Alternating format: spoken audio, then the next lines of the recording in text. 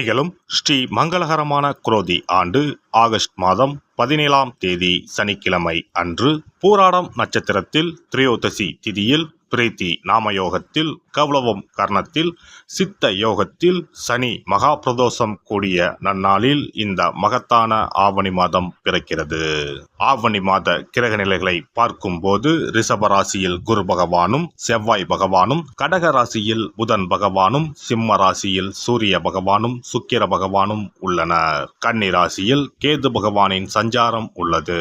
கும்ப ராசியில் சனி பகவான் வக்ரத்தில் உள்ளார். ராகு பகவான் மீனராசியில் பயணம் செய்கிறார். இந்த மாதம் கிரகங்களின் பெயர்ச்சி என எடுத்துக்கொண்டால் ஆவணி மாதம் 10ஆம் தேதி செவ்வாய் பகவான் ரிஷப ராசியில் இருந்து மிதுன ராசிக்கும், சுக்கிர பகவான் சிம்ம ராசியில் இருந்து கன்னி ராசிக்கும் பெயர்ச்சி அடைகின்றனர். ஆவணி மாதம் 15ஆம் தேதி புதன் பகவான் கடகராசியில் இருந்து சிம்ம ராசிக்கு இடப்பெயர்ச்சி அடைகின்றார். இந்த கிரகங்களின் பெயர்ச்சி மற்றும் சிம்மத்தில் இணையும் சூரியன் புதன், கன்னி ராசியில் இணையும் கேது சுக்கிரன் ஆகிய கிரகங்களால் இந்த ஆவணி மாதத்தில் உங்கள் ராசிக்கு உண்டாகும் சுப பலன்கள் என்ன என்பதனையும், அசுப பலன் ஏற்படுமாயின் ராசிக்காரர்கள் செய்ய வேண்டிய பரிகாரம் என்ன, வழிபட வேண்டிய தெய்வம் யார் என்பதனை பற்றி விரிவாக காண்போம். உங்கள் வாழ்வில் வளமும் நலமும் செல்வ செழிப்பும் பெற்று வாழ்வில் உயரிய நிலையை அடைய எல்லாம் வல்ல எம்பெருமானை வேண்டி விரும்பி கேட்டுக்கொள்கிறேன். கடின உழைப்பினால் மட்டுமே வாழ்வில் வளம் பெறும் கன்னிராசி அன்பர்களே, நீங்கள் உணவிற்கு முக்கியத்துவம் அளிப்பவர்கள். இந்த மாதம் எதிலும் கவனமாக இருப்பது நன்மை தரும். சுக்கிர பகவானின் சஞ்சாரம் பணவரத்தை அதிகப்படுத்தும். பேச்சின் இனிமை சாதுரியம் இவற்றால் எடுத்த காரியங்கள் கைகூடும். புண்ணிய காரியங்களில் நாட்டம் அதிகரிக்கும். தந்தையுடன் வீண் வாக்குவாதங்களை தவிர்ப்பது நல்லது. அவரை அனுசரித்து செல்வது மிக நல்லது. பூர்வீக சொத்துக்கள் மூலம் வரவேண்டிய லாபம் தாமதப்படும். தொழில் வியாபாரத்தில் எதிர்பார்த்த லாபம் பெற கடினமாக உழைக்க வேண்டியிருக்கும். புதிய ஆர்டர்கள் கிடைப்பதில் தாமதம் உண்டாகும். உத்தியோகத்தில் இருப்பவர்கள் கூடுதலாக உழைக்க வேண்டியிருக்கும். முயற்சிகள் எதிர்பார்த்த பலன் தராமல் போகலாம். வீண் அலைச்சல்கள் உண்டாகலாம். குடும்பத்தில் இருப்பவர்கள் உங்களின் ஆலோசனைகளை கேட்டு எதையும் செய்வார்கள். கணவன் மனைவிக்கு இடையே இருந்து வந்த பிரச்சனைகள் நீங்கும். பிள்ளைகளுடன் அனுசரித்து செல்வது நல்லது. பெண்களை பொறுத்தவரை எதிலும் முழு கவனத்துடன் ஈடுபடுவது நன்மையை தரும். பணவரத்து எதிர்பார்த்தபடி இருக்கும். கலைத்துறையினர் மற்றவர்களுக்கு உதவ போய் வீண் பழிகளை ஏற்பர். கவனம் தேவை. தொழில் தொடர்பான அலைச்சல்கள் அதிகரிக்கும். ஆனால் பணவரத்து திருப்திகரமாக இருக்கும். மற்றவர்களின் கருத்துக்களுக்கு மதிப்பு கொடுப்பது நன்மை தரும். அரசியல் துறையினருக்கு கூடுதல் பணி சுமையை ஏற்க வேண்டி இருக்கும். மேலிடத்தில் உங்களது கருத்துக்களை தெரிவிக்கும் போது கவனமாக பேசுவது நல்லது. வீண் அலைச்சல் தடை தாமதம் ஏற்படலாம். கவனம் தேவை. புதிய முயற்சிகளை தள்ளி போடுவது நல்லது. மாணவர்களுக்கு கல்வியில் வெற்றி பெற அதிக ஈடுபாட்டுடன் படிப்பது நன்மையை தரும். வீண் அலைச்சல்கள் ஏற்படலாம். நட்சத்திர பலன்கள் உத்திரம் 2, 3, 4ஆம் பாதங்கள். இந்த மாதம் வீண் கவலை ஏற்பட்டு நீங்கும்.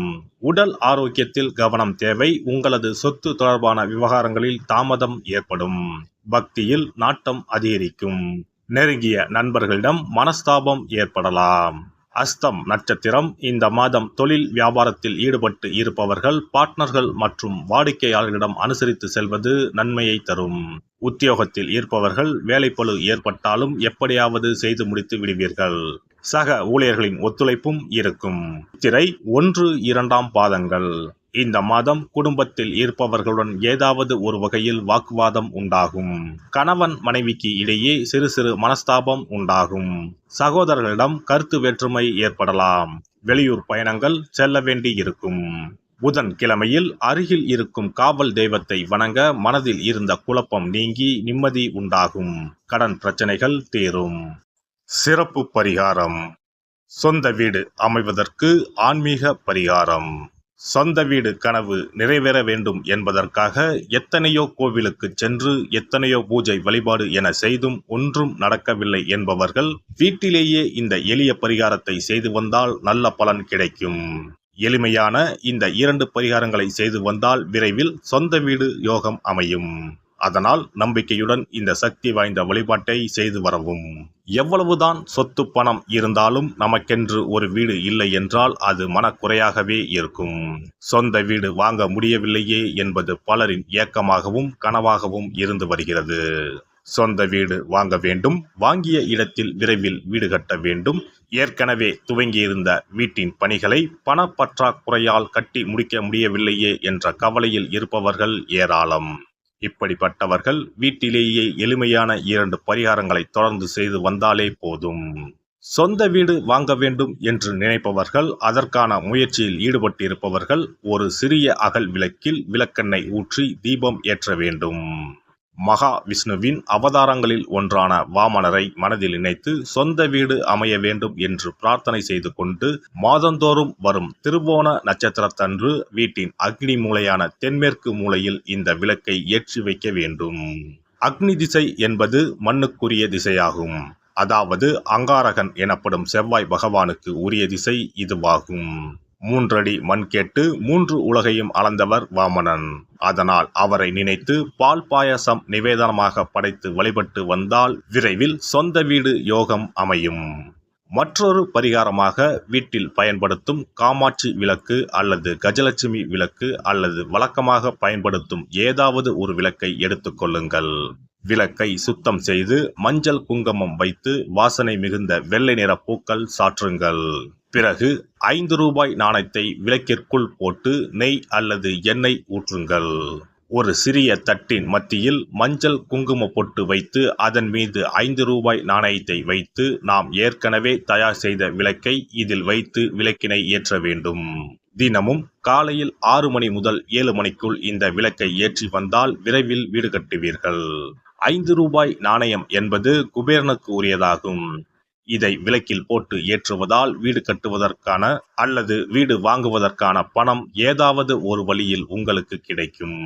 காலை 6 மணி முதல் 7 மணி வரையிலான நேரம் என்பது ஞாயிற்றுக்கிழமையில் சூரியன், திங்கள் கிழமையில் சந்திரன், செவ்வாய்க்கிழமையில் செவ்வாய், புதன் கிழமையில் புதன், வியாழக்கிழமையில் குரு, வெள்ளிக்கிழமையில் சுக்கிரன், சனிக்கிழமையில் சனி என நவக்கிரகங்களில் பாவ கிரகங்களான ராகு கேதுவை தவிர்த்து மற்ற 7 கிரகங்களையும் குறிக்கும் ஹோரை நேரமாகும்.